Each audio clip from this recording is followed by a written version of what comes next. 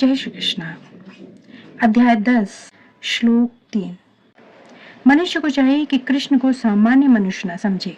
जैसा कि पहले कहा जा चुका है, केवल मूर्ख व्यक्ति ही उन्हें मनुष्य मानता है। इसे यहाँ भिन्न प्रकार से कहा गया है।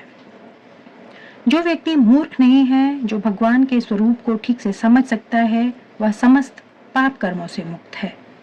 यदि कृष्ण देवकी पुत्र में विख्यात हैं, तो फिर वे अजन्मा कैसे हो सकते हैं? इसकी व्याख्या श्रीमद् भागवत में भी की गई है। जब वे देवकी तथा वासुदेव के समक्ष प्रकट हुए, तो वे सामान्य शिशु की तरह नहीं जन्मे। वे अपने आदि रूप में प्रकट हुए और फिर एक सामान्य शिशु में परिणत हो गए। कृष्ण की अध्यक्षता में जो भी कर्म किया जाता है वह दिव्य है। वह शुभ या अशुभ फलों से दूषित नहीं होता। इस जगत में शुभ या अशुभ वस्तुओं का बोध बहुत कुछ मनोधर्म है, क्योंकि इस भौतिक जगत में कुछ भी शुभ नहीं है। प्रत्येक वस्तु अशुभ है, क्योंकि प्रकृति स्वयं ही अशुभ है। हम इसे शुभ मानने की कल्पना मात्र करते हैं।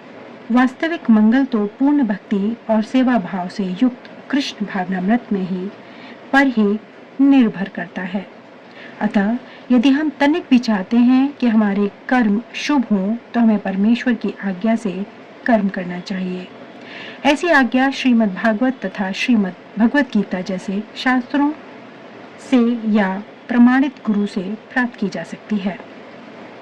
चूंकि गुरु भगवान का प्रतिनिधि होता है, अतः उसकी आज्ञा प्रत्यक्षतः परमेश्वर की आज्ञा होती है।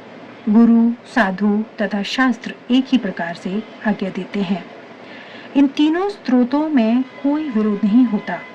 इस प्रकार से किए गए सारे कार्य इस जगत के शुभ कर्म फलों से मुक्त होते हैं।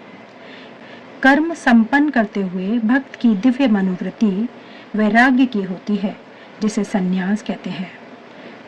जैसा कि भगवत गीता के 6 अध्याय के प्रथम श्लोक में कहा गया है कि जो भगवान का आदेश मानकर कोई कर्तव्य करता है और जो अपने कर्म फलों की शरण ग्रहण नहीं करता, अनाश्रित कर्म फलत, वही असली सन्यासी है।